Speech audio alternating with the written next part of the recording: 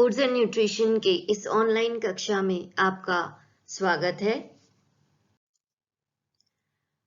हम पढ़ रहे थे फैट सॉल्युबल विटामिन्स या वसा में घुलनशील विटामिन के बारे में, और इसके अंतर्गत हम पिछले वीडियो में पढ़ चुके हैं विटामिन डी के बारे में, अर्थात विटामिन डी क्या होता है, विटामिन डी के कार्य क्या क्या हैं, और कौन कौन से भोज्य पदार्थों में विटामिन मिलता है, या हमारे लिए विटामिन प्राप्ति के स्रोत क्या क्या हैं। और इसके अलावा हमने जाना था कि हमें प्रतिदिन विटामिन डी की कितनी मात्रा की आवश्यकता होती है। आज हम जानेंगे विटामिन डी की कमी के प्रभाव के बारे में। विटामिन डी की कमी का जो प्रभाव है वह बालकों में मुख्य रूप से देखा जाता है, और विशेष रूप से उन बालकों में जो कि ऐसी जगहों पर रहते हैं जहां सूर्य की रोशनी पर्याप्त उन्हें मिल नहीं पाती है, या उनकी जो मदर है उससे ब्रेस्ट मिल्क उनको पर्याप्त मात्रा में नहीं मिल पाता है, या माँ को विटामिन डी की डेफिशिएंसी होती है। और बालकों में विटामिन डी की कमी से जो रोग उत्पन्न होता है उसे रिकेट्स कहा जाता है। और यहाँ मैं आपको बताऊंगी कि रिकेट्स के क्या क्या लक्षण हैं, या रिकेट्स को किस प्रकार से पहचाना जा सकता है। तो रिकेट्स होने पे बच्चा बेचैन महसूस करता है, उसे बेचैनी होती है, व्यवहार में चिड़चिड़ापन आ जाता है, और उसकी मांसपेशियां ताकत विहीन हो जाती है, और इसलिए जब लेटी हुई अवस्था में रहता है तो उसके हाथ पैर असामान्य स्थिति में रखे रहते हैं, या उनका जो रखने का जो तरीका है बच्चे का वह सामान्य नहीं होता है, अजीब सी स्थिति में वह उनको मोड़कर रखता है। और यह देखा गया है कि रिकेट्स होने पर बालक के सिर से पसीना अधिक मात्रा में निकलता है, और एक इसका टिपिकल सिम्टम है कि बच्चों का जो पेट है वह बाहर की ओर निकला रहता है। इसके अलावा पेट खराब भी रहता है, और ज्यादातर ऐसे बच्चों को दस्त की शिकायत होती रहती है। ये सांस की बीमारियों के प्रति भी अधिक प्रोन हो जाते हैं, अर्थात इनकी जो प्रतिरोधक क्षमता है उसमें कमी हो जाती है, और इन्हें इन्फेक्शंस, और वो भी विशेष कर जो सांस की नली है उससे संबंधित, या सांस से संबंधित, या फेफड़ों से संबंधित रोग होने की समस्या ज्यादा रहती है, जैसे कि खांसी और न्यूमोनिया और अस्थमा, इस तरह की बीमारियां।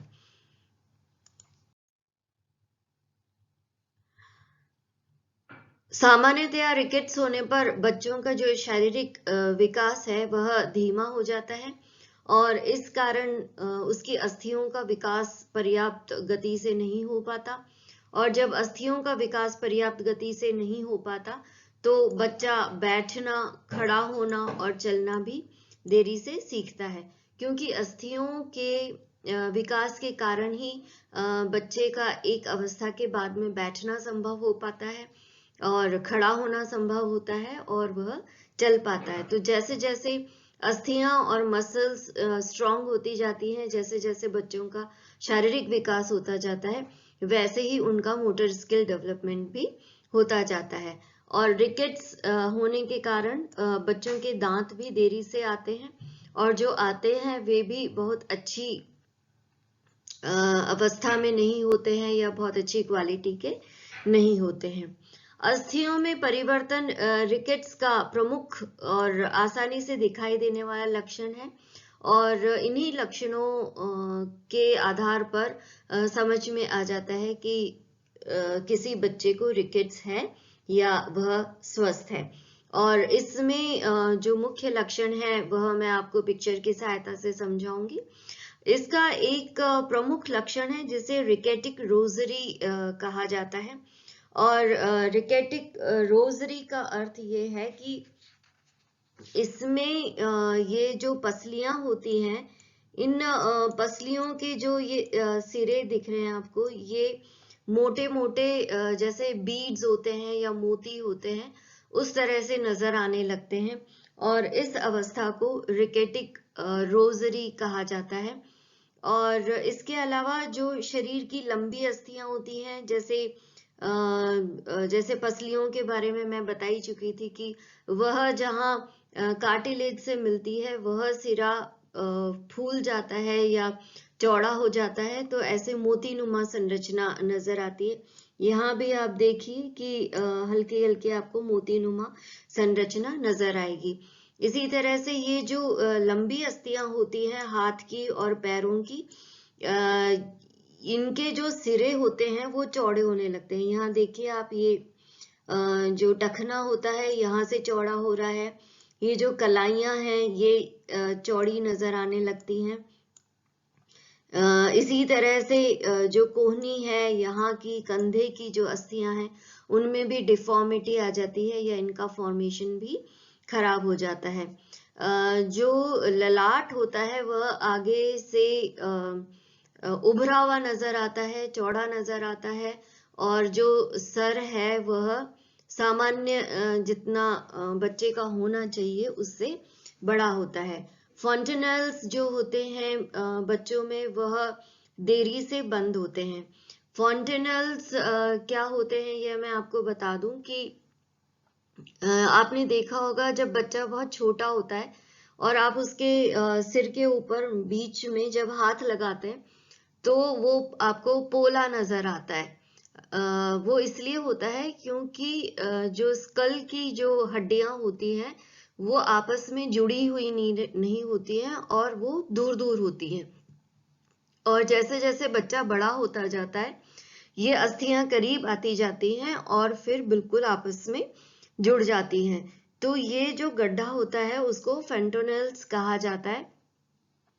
और अगर बच्चे में विटामिन डी की कमी होती है तो यह जो गड्ढा है वह धीमी गति से भरता है, यानी जितनी अवस्था में यह पूरा बंद हो जाना चाहिए उससे देरी से या अधिक समय लगाता है बंद होने में, क्योंकि अस्थियों का विकास पर्याप्त गति से नहीं हो पाता है और ये जो खोपड़ी की जो अस्थियां हैं वे करीब नहीं आ पाती हैं और जुड़ नहीं पाती हैं।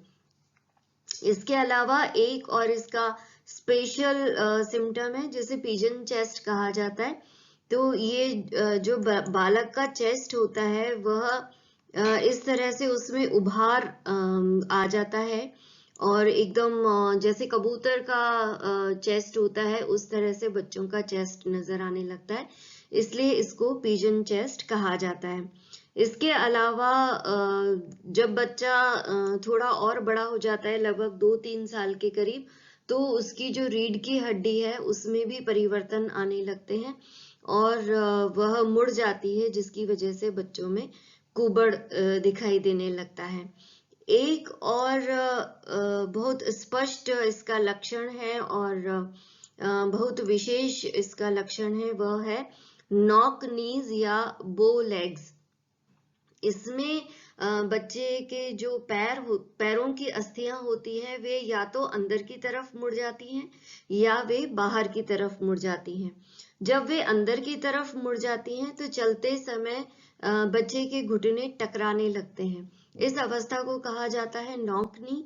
और जब बच्चे की पैरों की अस्थियां मुड़कर बाहर की तरफ मुड़ जाती हैं या घूम जाती हैं तो एक धनुष के आकार की संरचना बन जाती है जिसे कहा जाता है बो लेग्स। यह स्थिति मैं आपको अगली पिक्चर में अच्छी तरह से बता देती हूँ। इसमें आप देखिए कि ये किस तरह से अस्थियां जो हैं पैरों की वो मुड़ी हुई हैं। तो पैर या तो इस तरह से हो जाते हैं, ये मैं आपको डायग्राम से बता रही हूँ, या तो अंदर मुड़ने लगते हैं और जैसे ये अगर घुटने हैं तो चलते समय ये घुटने आपस में टकराते हैं, इनको नॉक नीज कहा जाता है। या फिर ये होता है कि जो अस्थियां हैं वो बाहर की तरफ मुड़ जाती हैं। और पैर इस तरह से हो जाते हैं धनुषाकार।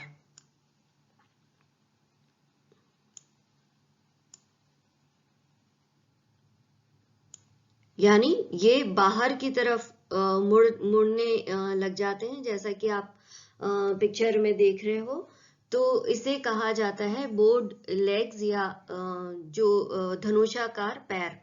इस पिक्चर से भी आप देख सकते हैं, ये शरीर की आंतरिक और बाहरी संरचना का एक रेखा चित्र है, जिसमें सिर को बड़ा दिखाया गया है और ललाट आप देखिए उभरा हुआ है। ये पिजन चेस्ट, बाहर की ओर निकला हुआ जो चेस्ट है। उसके अलावा जो रिब्स होती हैं वे अंदर की ओर धंसी हुई होती हैं, और जो ये बड़ी अस्थियां होती हैं ये उसकी कलाई की अस्थियां हैं, जो कि फैल जाती हैं या ज्यादा चौड़ी हो जाती हैं। और इसी तरह से जो ऊपरी बाह की यानी कोहनी से ऊपर की जो अस्थि है वह भी मुड़ जाती है बजाय सीधे होने के। और रीढ़ की हड्डी में भी ये आप देखिए कि परिवर्तन आते हैं जो कि फेवरेबल नहीं होते हैं। इसी तरह से पैर की जो लंबी अस्थियां हैं वे भी मुड़ जाती हैं, और जिसके कारण ये जो सिम्टम्स मैंने आपको बताए थे, नॉक नी या बोर्ड लेग्स हो जाते हैं। और ये जो टखने की अस्थियां हैं ये भी चौड़ी हो जाती हैं, फैल जाती हैं और चपटी हो जाती हैं और डिफॉर्म हो जाती हैं। तो ये विभिन्न लक्षण हैं रिकेट्स के, जो कि बच्चों में विटामिन डी की कमी से हो जाते हैं। और इसके उपचार के लिए एक बार अगर इनमें परिवर्तन आ जाता है तो उनको ठीक करना संभव नहीं होता। लेकिन अगर आरंभ में ही बच्चों को विटामिन डी सप्लीमेंट्स दे दिए जाते हैं तो विटामिन डी से जो परिवर्तन आते हैं उनसे काफी हद तक बचा जा सकता है। हालांकि हमारे देश में बच्चों में बहुत ज्यादा विटामिन डी की कमी से होने वाला जो रिकेट्स है वह नहीं पाया जाता, क्योंकि यहाँ सूर्य की रोशनी पर्याप्त मात्रा में मिलती है, इसलिए बहुत ज्यादा बच्चे हमारे देश में रिकेट से ग्रसित नहीं होते हैं। वहीं वयस्कावस्था में यह स्थिति बिल्कुल विपरीत हो गई है। वयस्कावस्था में विटामिन डी की कमी से ऑस्टियोमलेशिया नामक रोग हो जाता है, और ऑस्टियोमलेशिया वयस्कों में जैसा कि बताया विटामिन डी की कमी से होता है, और इस समय अस्थियों में कैल्शियम का जमाव कम होने लगता है।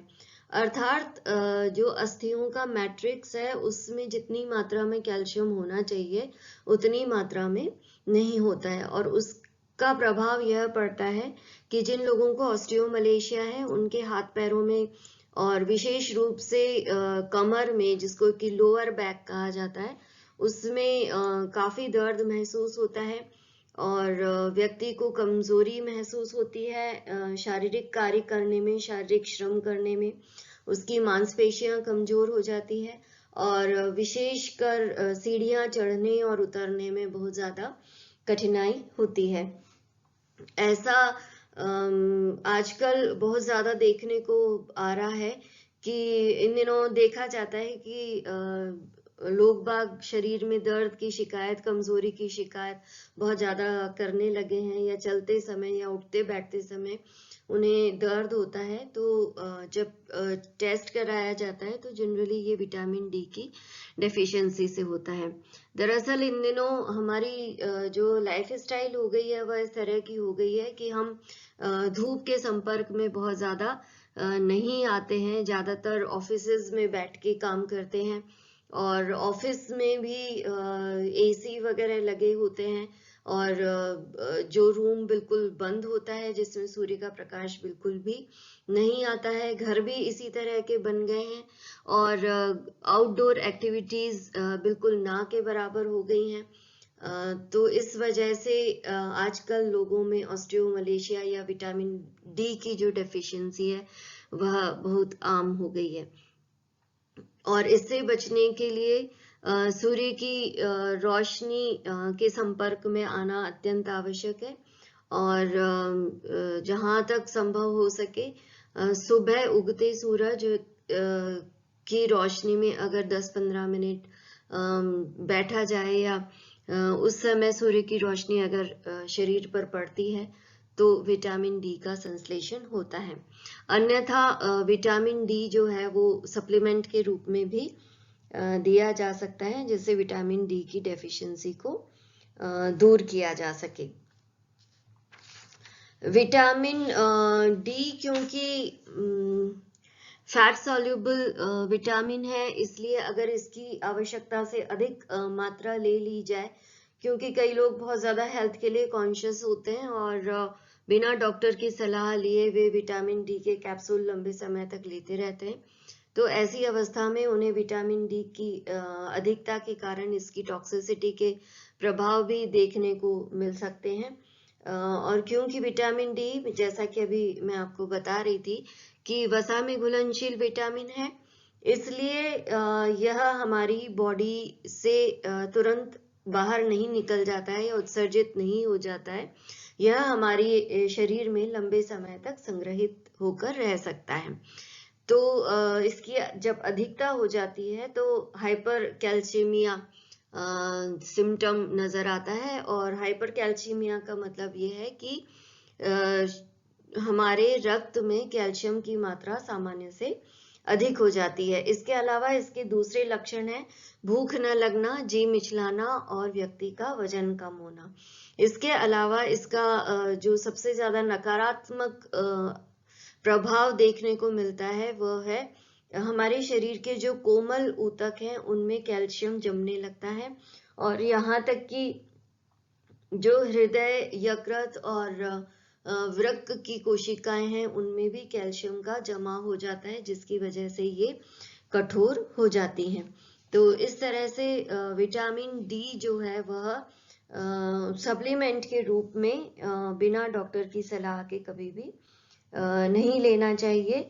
और यह देखा गया है कि अगर व्यक्ति ज्यादा समय कोई धूप में रहता है तो उसको विटामिन डी की कभी भी अधिकता नहीं होती है, चाहे वह कितने भी लंबे समय तक धूप में रह ले। हाँ, कम समय रहने पर कमी जरूर हो सकती है, लेकिन ऐसा जरूरी नहीं है कि आधा घंटे से ज्यादा किसी व्यक्ति को या 1 घंटे से ज्यादा किसी व्यक्ति को धूप के संपर्क में नहीं रहना है। वह घंटों तक अगर धूप में रहता है तब भी विटामिन डी की अधिकता उसको नहीं होती है। विटामिन डी की अधिकता सामान्यतः तभी होती है जब व्यक्ति सप्लीमेंट के फॉर्म में या रासायनिक रूप से, कृत्रिम रूप से विटामिन डी को लंबे समय तक अधिक मात्रा में लेता है। और ये सिम्टम्स ठीक भी हो सकते हैं यदि वह व्यक्ति तुरंत विटामिन डी को लेना बंद कर देता है सप्लीमेंट के रूप में।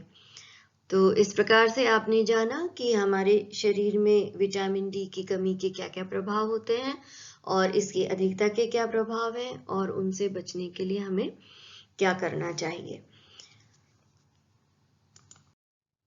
आपने यह वीडियो सुना, इसके लिए आपका बहुत बहुत धन्यवाद। और अब अगले वीडियो में मैं आपको पढ़ाऊंगी विटामिन ई के बारे में, जो कि एक फैट सॉल्युबल विटामिन है। तो मिलते हैं अगले वीडियो के साथ। Thank you.